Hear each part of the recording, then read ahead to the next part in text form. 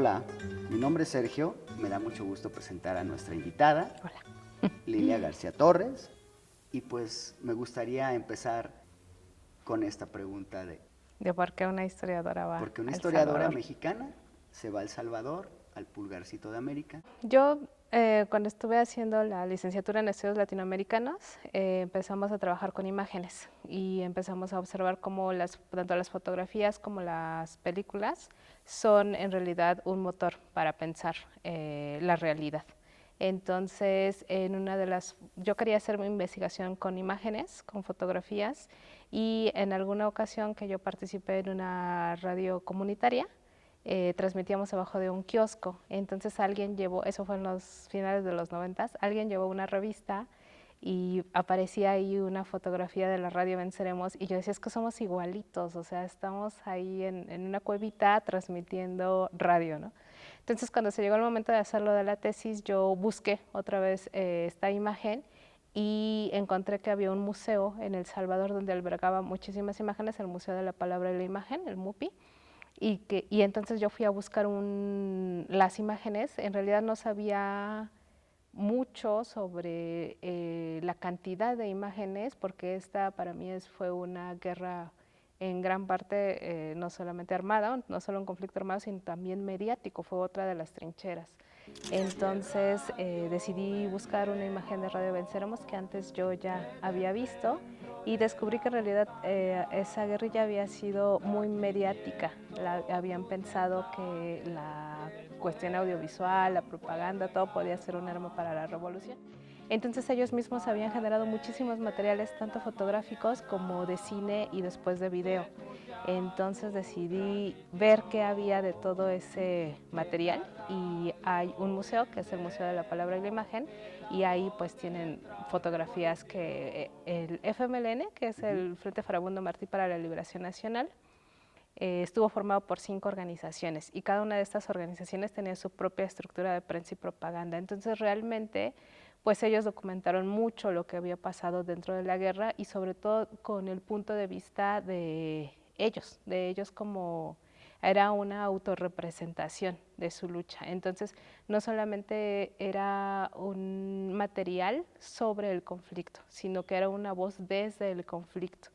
Y así fue que elegí el corpus de la radio Venceremos, que fue una radio que estuvo transmitiendo durante todo el conflicto y que además pues ideológica y anímicamente fue muy importante para los guerrilleros, porque si la radio estaba transmitiendo todo podía seguir, ¿no? Era como una voz que alimentaba la resistencia. Claro, ante un discurso hegemónico en ese momento de las Fuerzas Armadas, del Estado, de todos los cuerpos represivos, tenían una perspectiva distinta a la perspectiva de la guerrilla que buscaba liberar al país en ese momento. Y era fundamental los medios de comunicación populares, como la radio, donde no tenían que fijar la mirada en algo, pero el producir su autorrepresentación, el tomar los medios, el comunicarlo, el decir las realidades desde sus puntos de vista, es un papel sumamente importante dentro de este conflicto. ¿Cuáles fueron algunos de los problemas u obstáculos para tú y el equipo con el que trabajaste realizar su trabajo fuera de México? Nosotras fuimos 3, Verónica García, Elisa Espinosa y yo. Entonces es un trabajo autogestivo, era un colectivo autogestivo y lo que hicimos más que un problema, creo que fue una circunstancia que apelamos a la solidaridad. México fue un país muy solidario con las luchas de Centroamérica y en especial con la lucha de El Salvador. Entonces empezamos a generar, bueno, a partir de la investigación de este corpus fotográfico se generó una red de colaboradores que nos informaban sobre qué eran las personas que aparecían en las propias imágenes.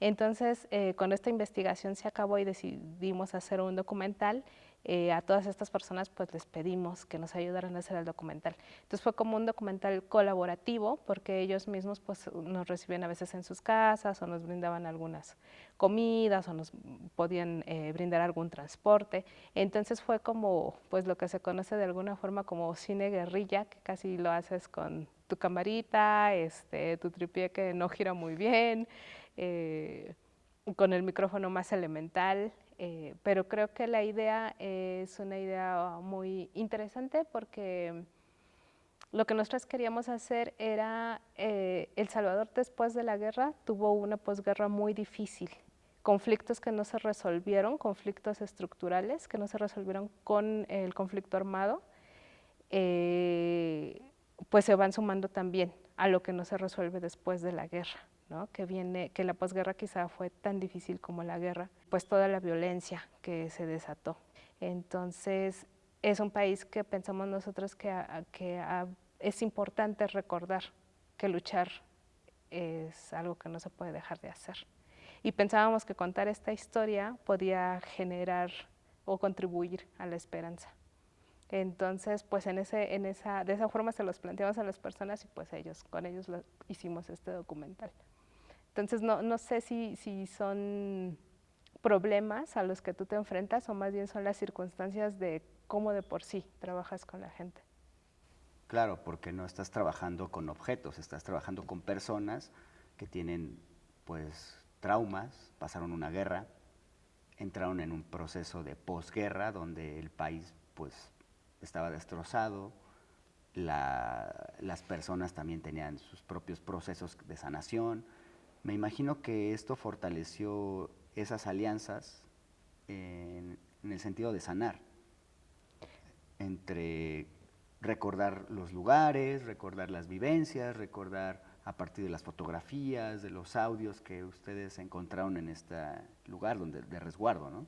Bueno, lo cierto es que hay personas a las que quisimos entrevistar, con las que entramos en contacto y no quieren volver a recordar el conflicto, ¿no? Entonces, pues esas personas tocamos esa puerta, pero cuando no se abrió, pues nos fuimos a otras puertas. Entonces, sí, también creo que hay una subrepresentación de las mujeres en el documental, a pesar de que en términos de búsqueda, quizá buscamos 50% hombres, 50% mujeres, aunque no fue nuestra intención, al final hicimos el balance y sí fue así.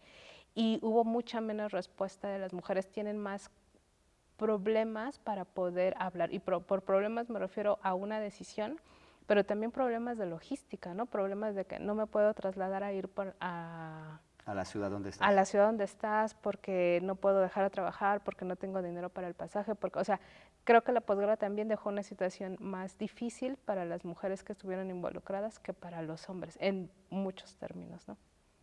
Oye, y hablando de términos de posguerra, nos enteramos de El Salvador por pandillas, por la Mara, por situaciones que muchas veces son criminalizadas, pero no entendemos los contextos, que viene un país que son huérfanos, hijos de la guerra. Y eso nos da una certeza del porqué de las cosas. Un punto de vista muy personal, creo que esta película, Trinchera Sonora, aborda muy bien para poder entender lo que vino después con todos estos hijos de la guerra y de dónde surgen estas violencias y el pueblo que tiene hambre y que tiene que saciar sus necesidades básicas de vivencia. No sé si encontraron matices todavía, estragos de todo esto. Sí, cuando nosotros fuimos a grabar fue 2015 y después volvimos en 2016. Entonces, pues la Mara estaba en un proceso también de crecimiento, había pasado un proceso, bueno, como dices, efectivamente mucha gente migró a los Estados Unidos y en determinado momento esa gente regresó. Y Mara, la palabra Mara lo que significa es como, pues como los muchachos, como los amigos, como aquí digamos mi banda, Okay. así, ¿no? Entonces en realidad es una forma pues de organización solidaria en el barrio, cuando dicen, bueno, pues la Mara no se calla, o la Mara fue a no sé dónde, o había mucha Mara, ¿no? Como mucha gente. Y bueno, es un término que después ya se adopta por las pandillas y justamente es que no hubo planes de reinserción que fueran efectivos. Tampoco hubo un proceso de justicia. Si no hay un proceso de justicia, también junto con ello viene un proceso de silenciamiento de lo que pasó en el pasado, justo para evitarse el proceso de justicia. Entonces, esto que no se resuelve, que se aplaza, genera conflictos en la sociedad.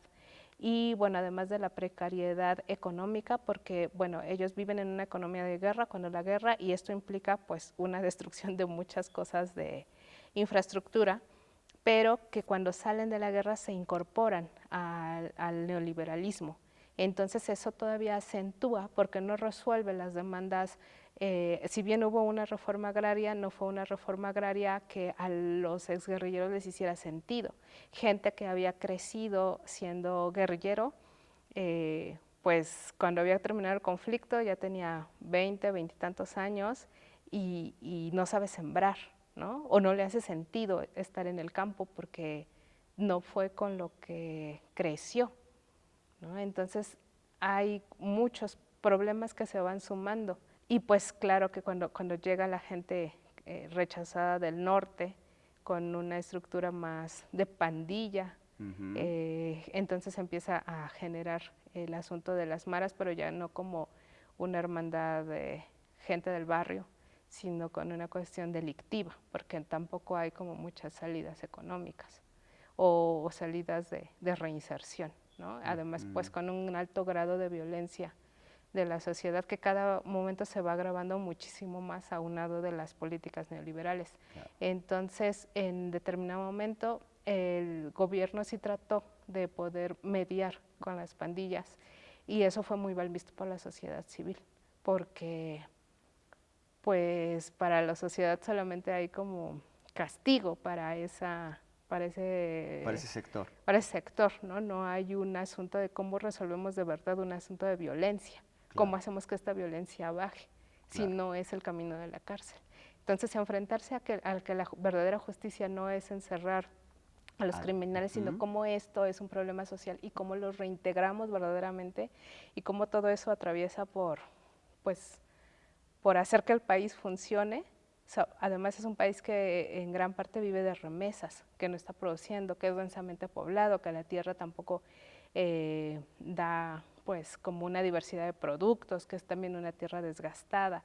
Entonces, pues todos esos problemas están como sumándose y bueno, todas estas horas de violencia derivan en parte en un éxodo hacia los Estados Unidos pensando en el sueño americano, pero después ya no solo pensando en el sueño americano, sino en la concreción de poder continuar vivo, ¿no? Cuando la Mara está pues amenazando, cuando hay se rentea, etcétera. Bueno, hay varios documentales, por ejemplo, de Marcela Zamora, que abordan todos estos conflictos que son muchos, ¿no? Los que están cercando por todos lados a la gente salvadoreña. Claro, y eso nos ayuda mucho, yo creo que en la actualidad, a entender los contextos, los cuales han generado un gran éxodo, específicamente ahorita en Centroamérica, varios países que están en un proceso de exterminio desde mi punto de vista y que están huyendo del exterminio, familias enteras. Vemos un montón de mamás, sus hijitas, sus hijitos, algunos hombres solos, jóvenes en la mayoría, y que han sido criminalizados, han sido estigmatizados, hay un racismo presente en distintas sociedades hacia la otredad, pero que esa otredad tiene sus derechos, o sea, nadie debe de ser criminalizado por buscar una mejoría en su calidad de vida, que lo que están buscando es salir del exterminio por todos estos contextos que nos estás explicando, y están buscando lo básico, el sustento, la salud, el vivir dignamente, y que en sus lugares de origen, por desgracia, no lo tienen.